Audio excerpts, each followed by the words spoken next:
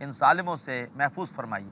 اللہ تبارک و تعالیٰ نے انہیں حکم دیا کہ تم جاؤ اس غار میں جہاں پہلے بھی جا کر بیٹھتے رہتے ہو اور عبادت کرتے ہو، اور اس کے بعد پھر ہم تمہاری حفاظت کریں گے۔ ان کو الہام ہوا اور یہ غار میں چلے گئے، اور پھر وہاں پر یہ کئی سو برس سوتے رہے۔ کئی سو برس کے بعد جب بیدار ہوئے، غار سے باہر آئے، تو اس وقت رومن امپائر میں ایک انقلاب آ چکا تھا، اور وہاں پر عیسائی حکمران انہوں نے مشرکوں کو شکست دے کے وہاں قبضہ کر لیا تھا۔ یا ایک روایت یہ ہے کہ ایک رومی بادشاہ ہی عیسائی ہو گیا تھا، لہٰذا اب صورتحال بدل چکی تھی۔ الناس علی دین ملوکہم، لوگ اپنے بادشاہوں کے دین پر ہوتے ہیں، لہٰذا پوری رومن امپائر، تمام رومن امپائر کے باشندے بھی عیسائی ہو چکے تھے۔ لہٰذا جب یہ غار سے باہر آئے اور لوگ ان کے واقعے سے واقف تھے، والدین بچوں کو بتایا کرتے تھے کہ اس طرح سے 7 نوجوان تھے اور وہ دین عیسوی پر آ گئے تھے، انہیں بادشاہ نے جان سے مارنے کی دھمکی دی تھی، اس کے بعد وہ غائب ہو گئے، ان کا کوئی سراغ نہیں ملا۔ تو جب یہ غار سے باہر آئے تو اس وقت چونکہ لوگ اب عیسائی ہو چکے تھے، لوگوں نے شاندار استقبال کیا، ان کی بڑی عزت افزائی کی، اور ان کو اور اس غار پر جہاں یہ نوجوان جس غار میں رہے تھے، اس غار پہ انہوں نے ایک عبادت گاہ، اللہ کی بندگی کے لیے ایک مسجد وہ تعمیر کر دی۔ آئیے اب ہم سورۃ الکہف کے ابتدائی حصے کی روشنی میں قرآن مجید کی روح سے اس قصے کے بارے میں کچھ تفصیلات سمجھتے ہیں۔ اللہ تبارک و تعالیٰ نے پہلے رکوع میں فرمایا، ام حسبت ان اصحاب الکہف والرقیم کانوا من آیاتنا عجبا، کیا تم سمجھتے ہو کہ جو اصحاب کہف اور اصحاب الرقیم ہیں، کیا وہ ہماری عجیب نشانیوں میں سے کوئی نشانی ہے؟ اصحاب الکہف بھی کہا، اور چونکہ جس شہر میں یہ غار موجود تھی، جس شہر میں وہ نوجوان تھے، اس کا نام الرقیم تھا، لہٰذا کہا کہ کیا تم سمجھتے ہو کہ یہ اصحاب کہف یا اصحاب الرقیم یہ ہماری عجیب نشانیوں میں سے کوئی نشانی ہے؟ مراد یہ ہے کہ اللہ کی تو بے شمار نشانیاں ہیں جو بڑی عجیب ہیں، کوئی ایک تو نہیں ہے۔ بلا شبہ اصحاب الکہف کا پورا معاملہ بھی اللہ کی ایک عجیب نشانی ہے، لیکن اس کے علاوہ بھی اللہ تبارک و تعالیٰ کی کئی نشانیاں آسمان اور زمین میں چاروں طرف پھیلی ہوئی ہیں۔ اللہ تبارک و تعالیٰ ان سے لوگوں کو فائدہ اٹھانے کی توفیق عطا فرمائے۔ اس کے بعد اللہ تعالیٰ نے اس واقعے کو تفصیل سے بیان کرنا شروع کیا سورہ مبارکہ کے دوسرے رکوع سے۔ ارشاد باری تعالیٰ ہے، نحنو نقص علیک نبأہم بالحق، اے نبی صلی اللہ علیہ وسلم، ہم آپ کو اصحاب کہف کا پورا واقعہ سناتے ہیں بالحق، مقصد کے تحت۔ صرف قصہ گوئی نہیں ہے، صرف سوال کا جواب دینا مقصود نہیں ہے، مقصود یہ ہے کہ اصحاب کہف کے طرز عمل سے روشنی حاصل کرو، سبق حاصل کرو۔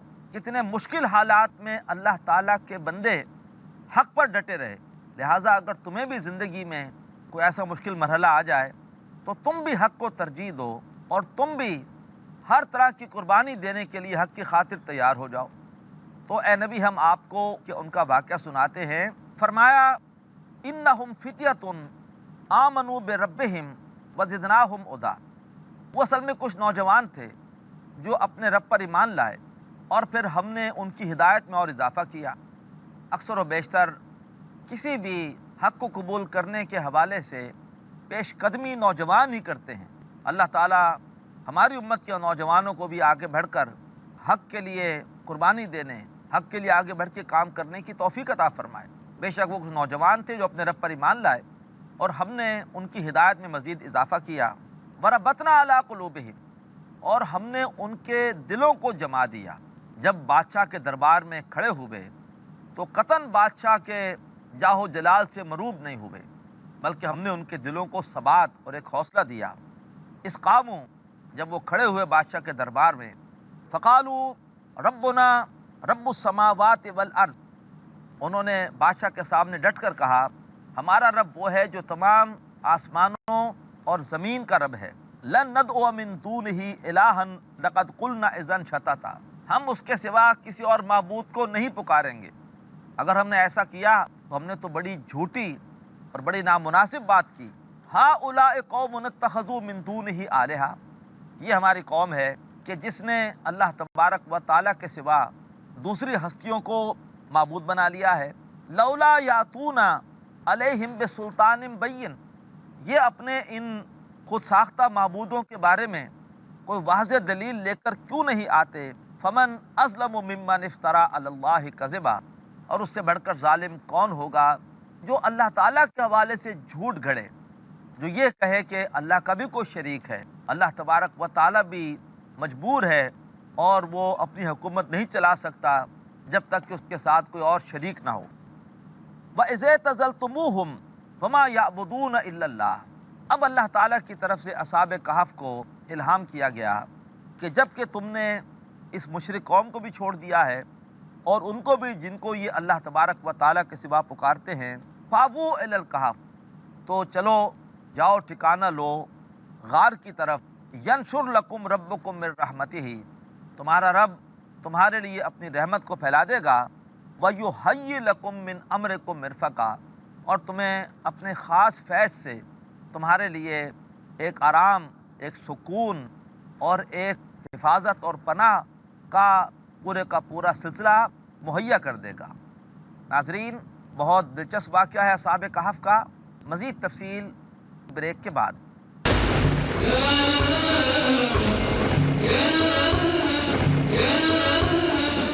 ویلکم بیک ناظرین، آج ہم سورۃ الکہف کی روشنی میں اصحاب الکہف کا واقعہ سمجھ رہے ہیں۔ اللہ نے اصحاب الکہف سے کہا کہ بادشاہ نے تمہیں دھمکی دے دی ہے جان سے مارنے کی، گھبراؤ نہیں، تم نے مجھ سے دعا کی ہے، میں تمہاری مدد کروں گا، جاؤ اور جا کر غار میں پناہ لے لو۔ وَتَرَى الشَّمْسَ إِذَا طَلَعَت تَزَاوَرُ عَنْ كَهْفِهِمْ ذَاتَ الْيَمِينِ وَإِذَا غَرَبَتْ تَقْرِضُهُمْ ذَاتَ الشِّمَالِ وَهُمْ فِي فَجْوَةٍ مِّنْهُ، تم دیکھتے ہو سورج کو کہ جب وہ طلوع ہوتا ہے تو دائیں طرف سے کترا کر غار کے اوپر سے نکل جاتا ہے، اور جب وہ غروب ہوتا ہے تو بائیں طرف سے کترا کر نکل جاتا ہے۔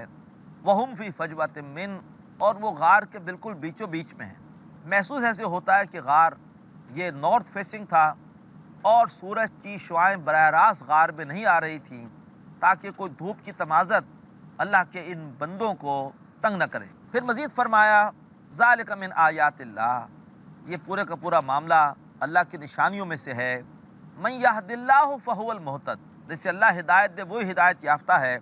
ومن یضلل فلن تجد لہ ولیا مرشدا، اور جس کو اللہ گمراہ کر دے، اے نبی آپ اس کے لیے کوئی ایسا دوست نہ پائیں گے جو اسے ہدایت دے سکے۔ پھر فرمایا وَتَحْسَبُهُمْ أَيْقَاظًا وَهُمْ رُقُودٌ، تم سمجھتے ہو کہ وہ جاگ رہے ہیں، یعنی اگر تم انہیں دیکھو تو جاگتا ہوا محسوس کرو، حالانکہ وہ سو رہے تھے۔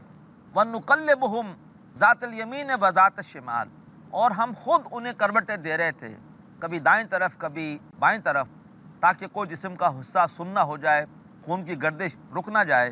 وَقَلْبُهُمْ بَاسِطٌ ذِرَاعَيْهِ بِالْوَصِيدِ، اور جو ان کا کتا تھا وہ اپنی دونوں ٹانگیں پھیلائے ہوئے بالکل غار کے منہ پر بیٹھا ہوا تھا تاکہ کوئی شخص غار میں داخل نہ ہو سکے۔ فرمایا لَوِ اطَّلَعْتَ عَلَيْهِمْ لَوَلَّيْتَ مِنْهُمْ فِرَارًا وَلَمُلِئْتَ مِنْهُمْ رُعْبًا، اگر اے نبی آپ اس وقت جھانک جاتے اور غار میں انہیں جھانک کر دیکھنے کی کوشش کرتے تو آپ پر ایک رعب طاری ہو جاتا اور آپ وہاں سے ایک دم جو ہے وہ خوف سے پلٹ کر واپس آ جاتے۔ وَكَذَلِكَ بَعَثْنَاهُمْ لِيَتَسَاءَلُوا بَيْنَهُمْ، اسی طرح سے ہم نے ان کو بیدار کیا، اٹھایا تاکہ آپس میں ایک دوسرے سے پوچھیں۔ قَالَ قَائِلٌ مِّنْهُمْ كَمْ لَبِثْتُمْ، کہا ان میں سے ایک کہنے والے نے کہ تم اس غار میں کتنا عرصہ رہے ہو؟ قَالُوا لَبِثْنَا يَوْمًا أَوْ بَعْضَ يَوْمٍ، انہوں نے کہا کہ ہم یہاں پر رہے ہیں ایک دن یا اس میں سے کچھ حصہ۔ یہ کچھ نے کہا۔ کچھ نے کہا قَالُوا رَبُّكُمْ أَعْلَمُ بِمَا لَبِثْتُمْ، کچھ نے کہا کہ تمہارا رب خوب جانتا ہے، چھوڑو اس بحث کو کہ تم یہاں پر کتنا عرصے رہے ہو۔ فَابْعَثُوا أَحَدَكُمْ بِوَرَقِكُمْ هَٰذِهِ إِلَى الْمَدِينَةِ، اپنے میں سے ایک کو یہ روپیہ دے کر شہر کی طرف بھیجو، کیوں؟ تاکہ وہ فَلْيَنظُرْ أَيُّهَا أَزْكَىٰ طَعَامًا، تاکہ وہ جا کر دیکھے کہ کون سا کھانا تمہارے لیے پاکیزہ ہے، حلال ہے، وہ لے کر آئے۔ وَلْيَتَلَطَّفْ، البتہ وہ بڑی نرمی برتے، بڑی خاموشی کے ساتھ جائے۔ وَلَا يُشْعِرَنَّ بِكُمْ أَحَدًا، تاکہ اور کسی کو بھی اس کے بارے میں پتہ نہ چلے۔ کیوں؟ انہم ان یظہروا علیکم، اگر انہیں تمہارے اوپر اطلاع ہو گئی، تم اگر پکڑے گئے تو کیا ہوگا؟ یرجموکم، وہ تمہیں پتھر مار مار کے سنسار کر دیں گے، او یعیدوکم فی ملتہم، اور یا پھر وہ تمہیں دوبارہ لوٹا لیں گے اپنی ملت میں، اپنے مشرکانہ دین میں۔ ولن تفلحوا اذا ابدا، اس صورت میں تم کبھی بھی کامیاب نہ ہو سکو گے۔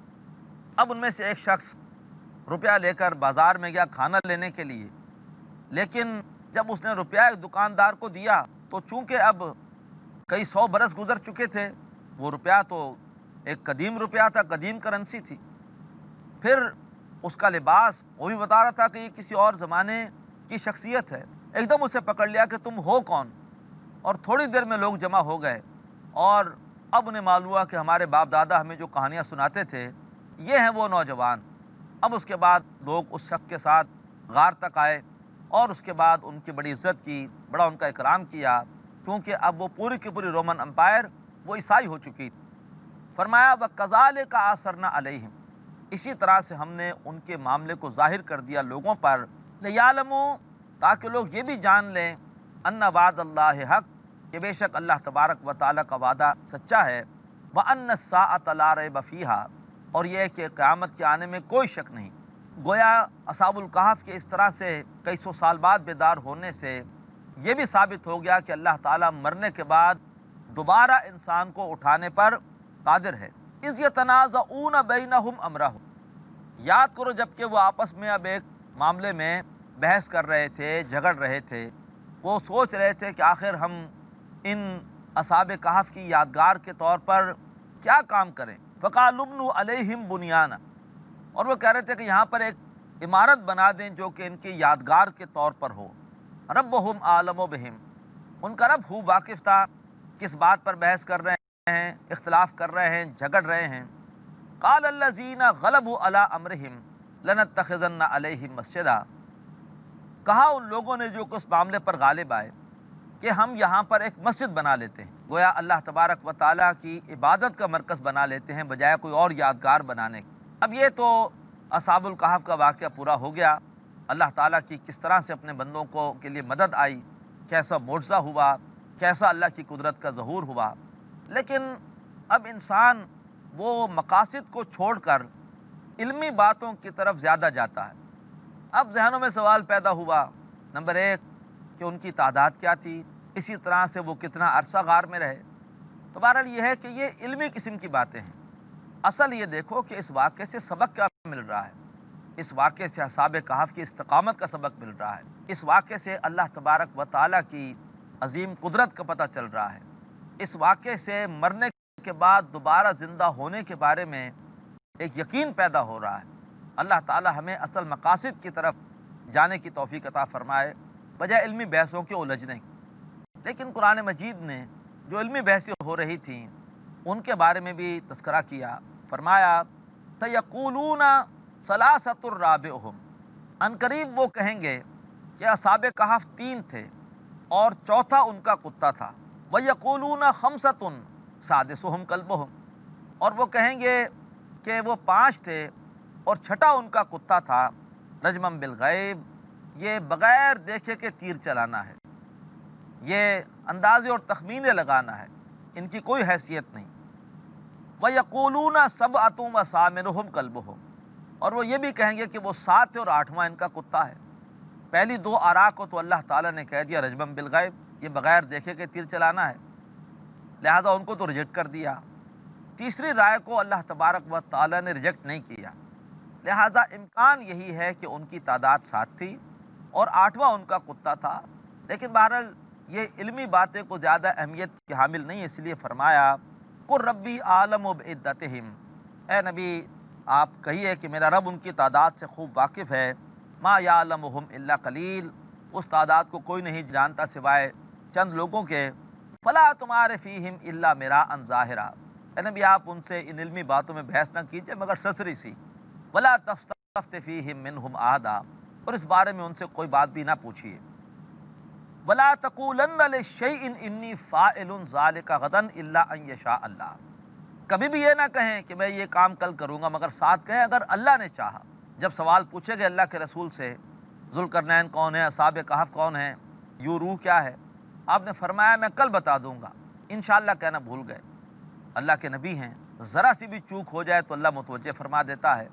15 روز تک وحی نہیں آئی، اور 15 روز کے بعد وحی آئی، سوالوں کا جواب بھی دیا گیا، اور ساتھ کہا گیا کہ آپ ایسا کبھی نہ کہیں، ہمیشہ اللہ تبارک و تعالیٰ کی مشیت کو پیش نظر رکھیں۔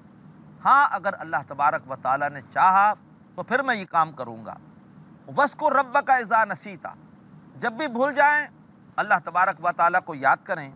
وَقُلْ عَسَىٰ أَن يَهْدِيَنِ رَبِّي لِأَقْرَبَ مِنْ هَٰذَا رَشَدًا، اور یہ کہیں کہ ممکن ہے کہ میرا رب مجھے اس سے کسی بہتر طریقے کی طرف ہدایت دے۔ میں نے کل کے لیے یہ منصوبہ بنایا ہے، لیکن یہ منصوبہ میرا پورا ہوگا اگر اللہ چاہے گا، اور ممکن ہے کہ اللہ تعالیٰ مجھے مزید کوئی بہتر منصوبہ سکھا دے۔ وَلَبِثُوا فِي كَهْفِهِمْ 300 سِنِينَ وَازْدَادُوا تِسْعًا، اور وہ لوگ غار میں رہے 300 سال اور اس پر مزید 9 سال۔ قُلِ اللَّهُ أَعْلَمُ بِمَا لَبِثُوا، کہیے کہ اللہ تعالیٰ بہتر جانتا ہے کہ وہ کتنا عرصہ رہے۔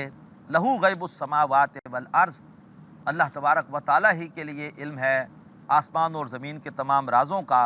ابصر بہ واسمع، کیا خوب دیکھنے والا اور کیا خوب سننے والا ہے۔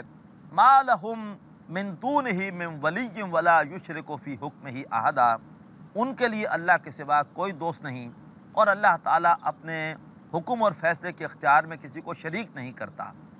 وہ 300 سال رہے یا اور اس پر مزید 9 سال، یہ بھی قول لگتا ہے کہ لوگوں کا ہے، اللہ کا نہیں ہے۔ اس لیے جواب دیا گیا اے نبی ان سے کہیے کہ میرا رب خوب واقف ہے کہ وہ کتنے عرصے رہے۔